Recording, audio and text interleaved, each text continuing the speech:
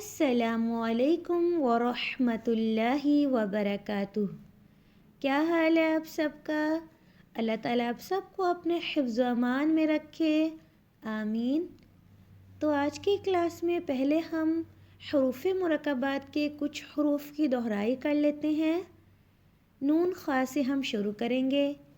پہلے دو حروف نون خا، یا ح، با جیم، یا میم، با میم، نون میم، تا میم، ثا میم، با یا، یا، نون یا، تا یا، ثا یا، نون با لام، تا نون لام۔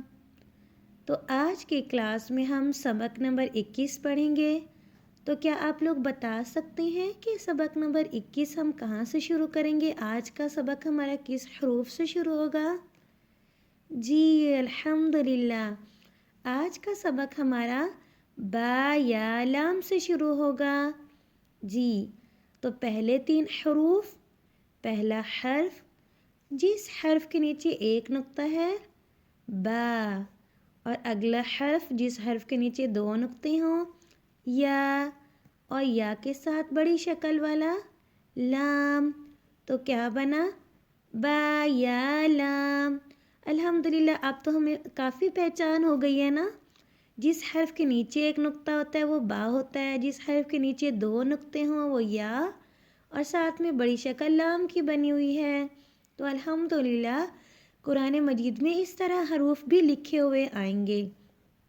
اگلے تین حروف، پہلا حرف یا کے ساتھ جس حرف کے اوپر دو نقطے ہوں، تا کے ساتھ لام۔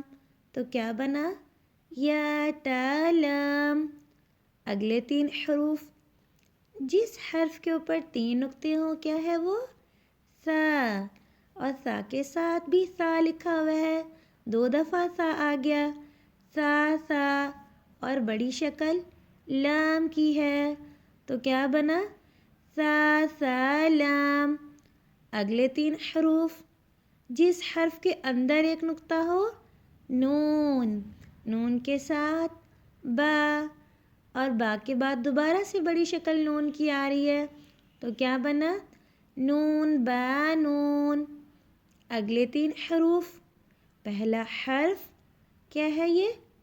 جی با کے ساتھ نون، اور نون کے ساتھ بڑی شکل نون کی ہے۔ تو کیا بنا؟ با نون نون۔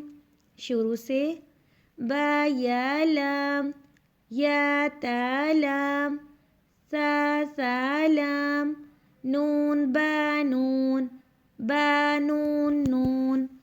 آج کا سبق ہم یہاں تک رکھتے ہیں۔ سبحانک اللہم و بحمدک، اشہد ان لا الہ الا انت، استغفرک و اتوب الیک۔ السلام علیکم ورحمۃ اللہ